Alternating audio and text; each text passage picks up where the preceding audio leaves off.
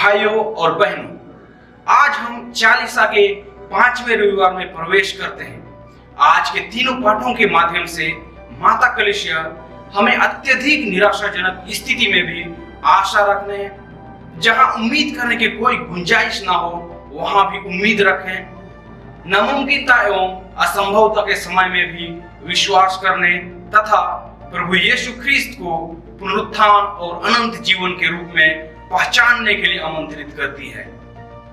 हम अपने कमजोरी और पापों के कारण न केवल शारीरिक रूप से बल्कि आध्यात्मिक रूप से भी मर जाते हैं। हम ईश्वर से दूर चले जाते हैं।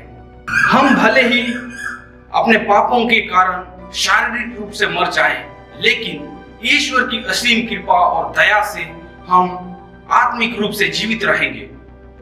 आज के प्रथम पाठ में नबी इज़ेकियल सूखी हड्डियों का जिक्र करते हैं। उनमें मांस और रक्त भरने की बात करते हैं, अर्थात उनमें फिर से प्राण आने की बात करते हैं। पिता ईश्वर नबी इज़ेकियल द्वारा कहते हैं कि मैं तुम्हारे कब्रों को खोल दूंगा, यानी पिता ईश्वर हमारे अनंत जीवन का द्वार को खोल देंगे। लेकिन पिता ईश्वर के इस महान कार्य के लिए हमारा सहयोग भी अति आवश्यक है। संत अगस्टिन कहते हैं, ईश्वर जिसने हमारे सहयोग के बिना हमें बनाया है, वह हमारी सहमति के बिना हमें नहीं बचाएगा, क्योंकि पिता ईश्वर चाहता है कि हम पूर्ण रूप से उन पर निर्भर रहें और उसके पुत्र यीशु ख्रिस्त का अनुयायी बने। आज के दूसरे पाठ में संत पौलुस कहते हैं, यदि मसीह आप में निवास करे तो पाप के फलस्वरूप भले ही शरीर मर जाए, लेकिन पाप मुक्ति के फलस्वरूप अर्थात प्रभु यीशु ख्रिस्त के मरण और पुनरुत्थान के फलस्वरूप हमारी आत्मा को अनंत जीवन प्राप्त होती है। आज के सुसमाचार में मार्था और मरिया का भाई लाजरुस के मरण के बारे में सुनते हैं। प्रभु यीशु उन्हें जीवित करते हैं और यह साबित करते हैं कि प्रभु यीशु स्वयं पुनरुत्थान और जीवन है। जो उसमें विश्वास करता है वह कभी नहीं मरेगा। लाजरुस के मरे कब्र में 4 दिन हो चुके थे।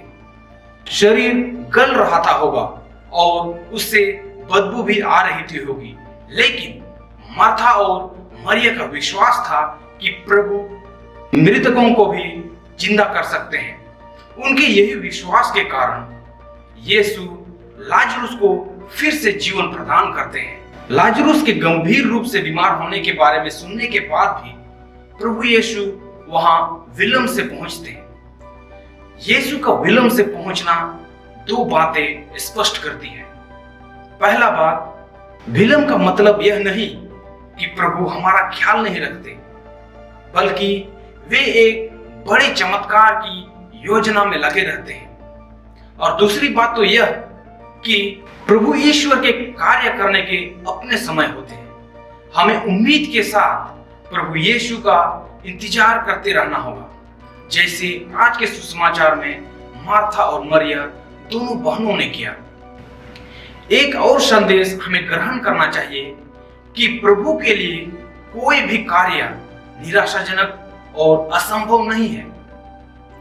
हमारा समस्या जितना भी गंभीर क्यों ना हो, प्रभु समाधान जरूर देंगे, लेकिन उसमें हमारा दृढ़ विश्वास भी अति आवश्यक है। सुसमाचार में हम यह भी सुनते हैं कि मार्था और मरिया के दुख को सुनकर यीशु रो पड़ते हैं। यीशु के रोने का कारण यह नहीं कि वह अपने काम में विफल हो गए, बल्कि यह साबित करता है कि प्रभु यीशु पूर्ण रूप से मानव थे और मानव होने के नाते हम मनुष्यों का दुख दर्द को समझ सकते हैं। जैसे आज के सुसमाचार में उन्होंने मार्था और मरिया का दुख दर्द समझकर उसके भाई लाजरुस को फिर से जीवन दान दिए।